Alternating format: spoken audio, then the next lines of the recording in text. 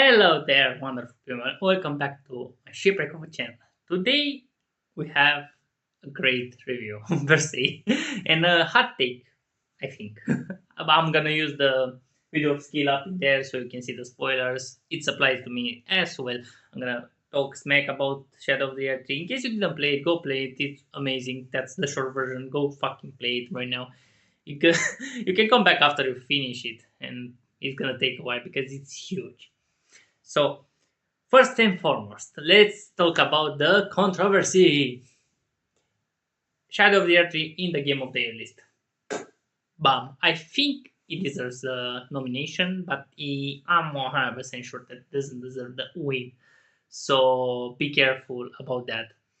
Like you see, you can see in the background is the Cyberpunk DLC in there. So Phantom Liberty. I don't remember the video for Scale Up.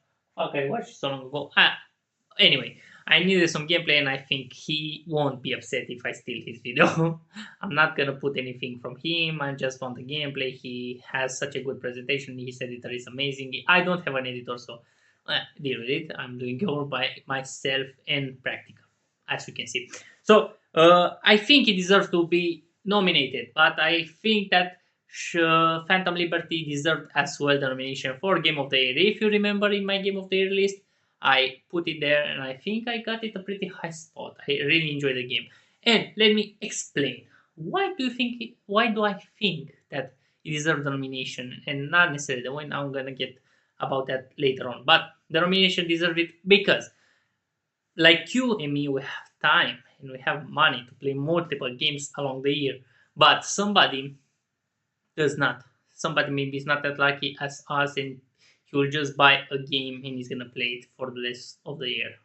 Maybe he's gonna sink in every single day. Maybe he doesn't have time. Maybe he has a job. He just wants to play a game, and that's it. Maybe he won't manage to play another game. That's why I think Shadow of the Earth is a great experience, and I can recommend it. And I think he deserved the nomination for Game of the Year because maybe somebody will see it and is gonna be like, "Yeah, everyone is praising it. I enjoyed Elder Ring, so I'm just gonna play this." But I don't think he deserved the win because it's not that great. I'm gonna talk smack about it. I love it. I played it. I finished it before the nerfs to every fucking boss in the game, but I didn't love it because there are so many reasons. Fuck. But let's get this over it. So the nomination is worth it because, like I said, there are people that I are not playing multiple games. Maybe they have time just for one or two at best. Maybe they don't have money to play that. So I think recommending them Shadow of the Earth is going to be a great experience for them and for you feeling good that you recommended a good game to somebody. But maybe that's just stupid case. Maybe I'm imagining stuff. Maybe everyone has unlimited time and infinite money to buy games at $70. I mean, this one wasn't that. It's not expensive either. So instead of buying a $70 game like Suicide Squad or Concord, no, Concord wasn't $70. It was $40. Fuck. You can buy this and maybe I don't know Hollow Knight or Nine Souls. Damn, I love Nine Souls.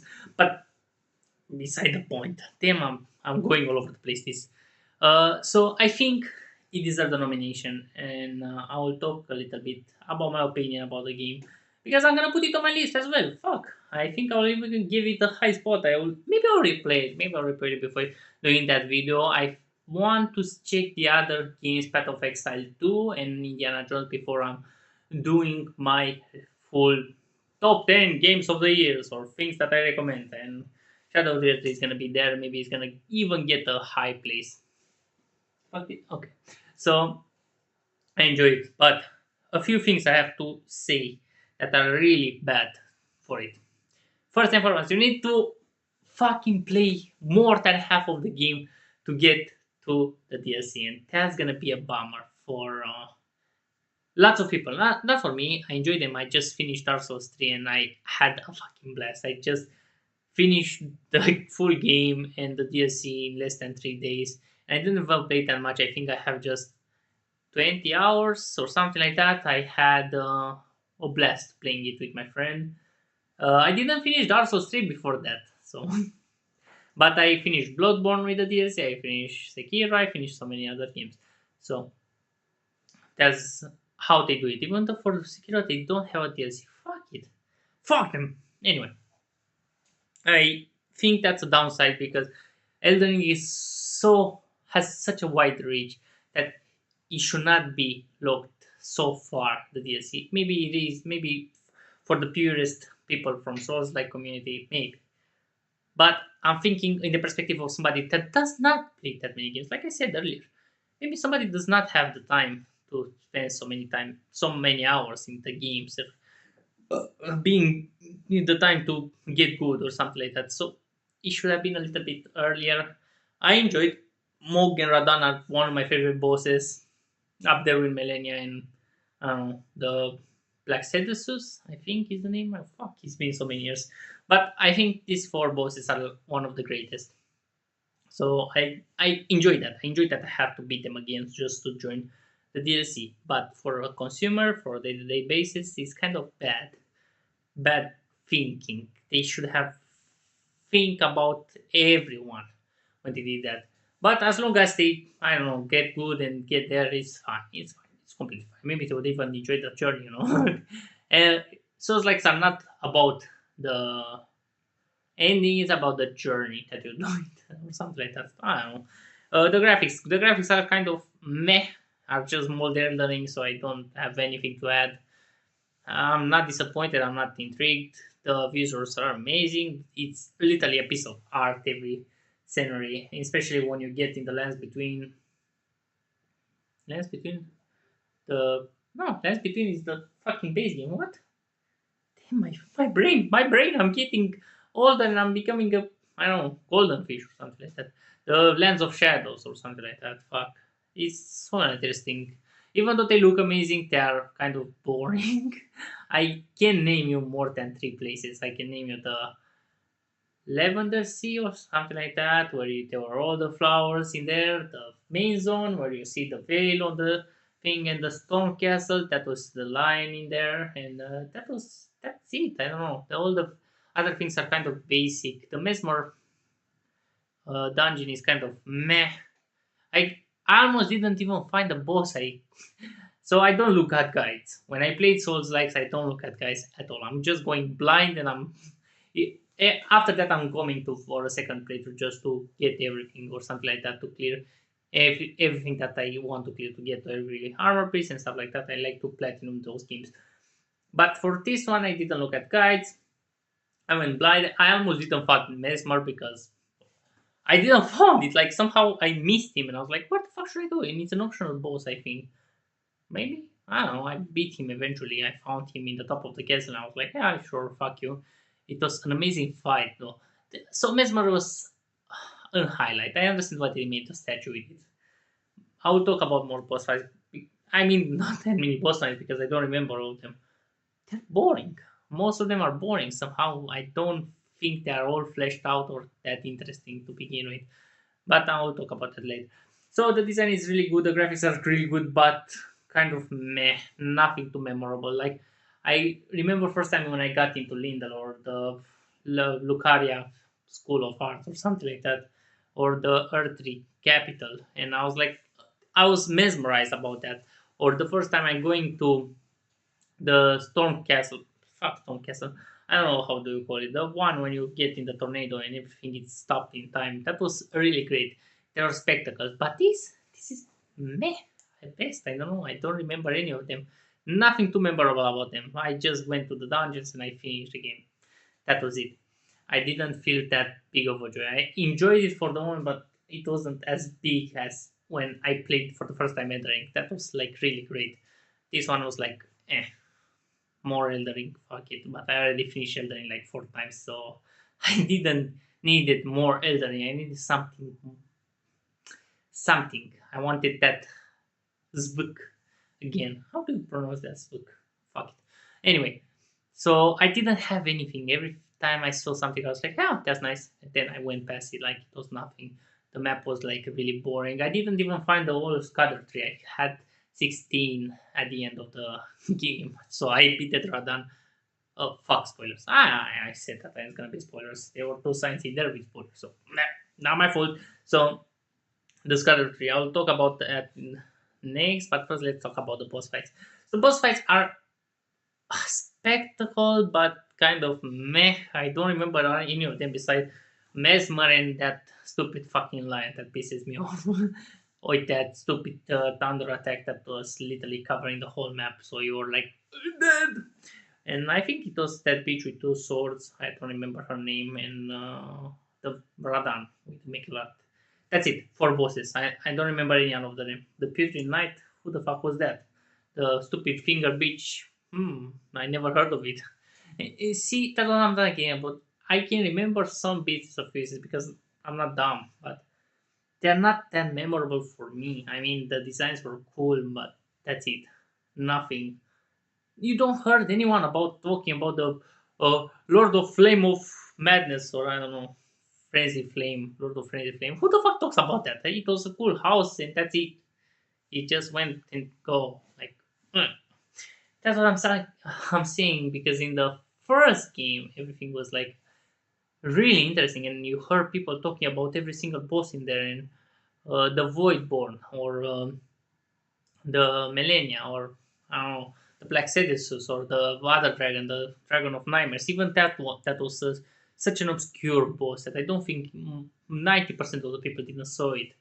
You know, when you're going the Maiden, the Deathbed Maiden or something like that. I don't know. And then she used to fight that dragon that that was corrupted by the golden Godwin the Gold or something like that. I don't know. So weird lore there.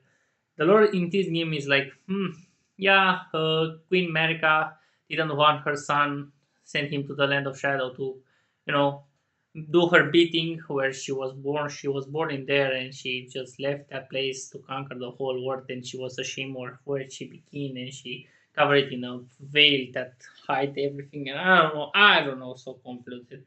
First game has such a complicated lore, but I enjoyed looking at videos about it. And this one, I just looked at something, and that's it. That's I don't I don't know that much. So the bosses are kind of boring and underused. So it was one cool boss that is so forgettable. Do you even remember it was a centipede boss? A bitch that was centipede and he had like wings and butterflies everywhere. I didn't remember. So fuck that. Anyway, the Scarlet Tree. So I understand why they did this, but I did not enjoy them. So they did this so you will have some kind of caps won't be overpowered. Uh, you know, so the Scarlet Tree are not that great. So as I said, they had to do something that you won't be overpowered in game and you played 300 hours and you're like max level or something like that. So they have to do something. But Scarlet Tree, I understood that you couldn't really beat the game without them, but I did, so that proves them wrong. I think they're pretty wrong that say like, "Oh, I beat Shadow of the Earth with no Scholar Trees" or something like that. And maybe that's plausible, but I think it's gonna be a pain in the ass.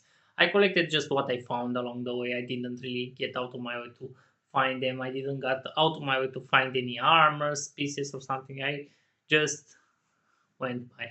It was a good run, but nothing that attracted me to play more. I was already burned out, I think. Even though I wanted more Elden Ring, I was burned out for all the 360 hours that I played in the main game that I didn't really want to play everything else in there. I just wanted to have the experience and then leave. And it was good. It was good for what it was, but I didn't really have the enjoyment of playing it over and over again. I didn't even play again the second playthrough to get anything else. I just closed the game and I started in a heartbeat, and that's it. I had nothing because the bosses were uninteresting for me. Just a few that were highlights, and one of them was really bullshit. Radan, fuck you, Radan. So I have a few bosses that I highly fucking hate because they are so bullshit and so annoying that I can't stand them.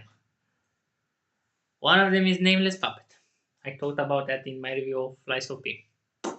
The second one is Mimir. Mimir from Dark Souls 3. I just finished it. It was bullshit. And the top spot, it's Radan. the consort radar. Three reasons why I fucking hate it. First, the hitboxes are annoying as fuck. Literally. How can you be so imprecise? I swear to God, I shouldn't have died 90% of the times when I did. Because the hitboxes were bullshit. Second, it was a reused fight. I understand you fight him in the prime, you some kind of story because Michela wanted him to be his fighter and stuff like that. It was stupid. It shouldn't have been Radan. Neither by the story, neither by the reused fucking Radan. It was bullshit. First time it was cool. It was a highly praised soldier fall from grace because he lost his mind after Millennia literally nuked him. She said, fuck you, and nuked him. So you fight him and you understand something. You have a great lore behind it. You have a whole ceremony because he wanted to die as a warrior. In here, you fight him as a puppet for a stupid twink, for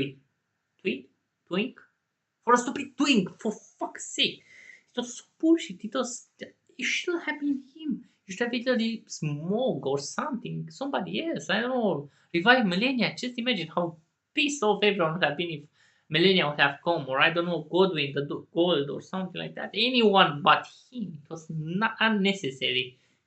It was boring. It was unprecise, and the worst offender. It was hard for the sake of being hard. Generally, they usually From Software have great designs. I can say the headless monkey in the Sekiro, the let's say the dancer in the Dark Souls 3, or I don't know, the wolf on the bridge in Bloodborne. These are three bosses that are really memorable. I don't remember the name, but I remember first time fighting them. It was amazing. It was an experience that I overcame, and it was great. Radan was just bullshit for the sake of being bullshit, and I do not appreciate that. It was nothing. Like that's a problem that goes all the way to the game. No boss is interesting in so deep that you need to find more about him or something like that. And that pisses me off. I love the game and I played it and I pre-ordered it. I enjoyed it, but I don't think if you win, it deserves to win the game of the year. Like there are the games for me personally that are much better than this one. This one is a good experience, but it's just an extension. And maybe that's why everyone is so upset about getting the nomination. Like I said, it's worth of a nomination, but not the win because it has so many flaws. Yeah, on paper it's flawless. It's just more altering. You did something perfect again, whatever. But as a contribution to Elden it's not that great. They could have done so much better. They could have wowed me again, but they did not. They just give me more, I don't know, fries with condiments that are really delicious, but I got sick of them. So yeah, Elden Ring Shadow of the Erdtree, it's really great. Do I have something else to talk? The gameplay is meh, it's more Elden Ring. They added a few weapons, but nothing that is really memorable. I fought with, I literally went to fight with the Great Katana, the Katana Slayer Dragon or something like that. That you I don't know where you get it exactly because, like I said, I didn't look a guide and I forgot exactly where I got those items. But I got that katana and I used it for the whole game, except at the end when I had to find something that is good, and I used the one from Putrefacious Knight or something like that. Putrefied Knight. I don't know that bullshit boss fight that was so lame, so fucking lame. Nothing in there really appetized me. So the weapons were like kind of boring. I enjoyed just that katana and I used it the whole game. Then I had to change it because the usually the bosses you can beat them in any other way, but there I had to give up. I beat it in the first week when it was on nerf, so maybe after the nerfs it's gonna be good. But in the first week you couldn't really beat him with other things beside the meta weapon, so that pisses me off. I don't know. I enjoy playing off meta things. I don't enjoy watching guides and stuff like that, and this game forced me to do it.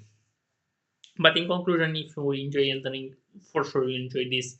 But don't expect to have the same feeling of greatness because it's not. You're not gonna have that feeling ever again. In conclusion, go play it, fuck yourself with it, and maybe you will have a better experience than me. Maybe I'm crazy, maybe. But again, great experience, not feeling satisfied with it. I feel let down somehow. I don't know. But that's my opinion. I'll see you, I don't know, next week. I have to talk about two more things and then I'll do the list for Game of the Years. Maybe I'll do a game. Hmm, I don't know. I was thinking about doing a series tier list for this year. I saw some shows, but nothing too. I don't really watch shows. That's why I think it's gonna be short one, but maybe a good one. I don't know. Maybe I'll show you something new. Well, I'll see you tomorrow. Maybe tomorrow. Bye bye.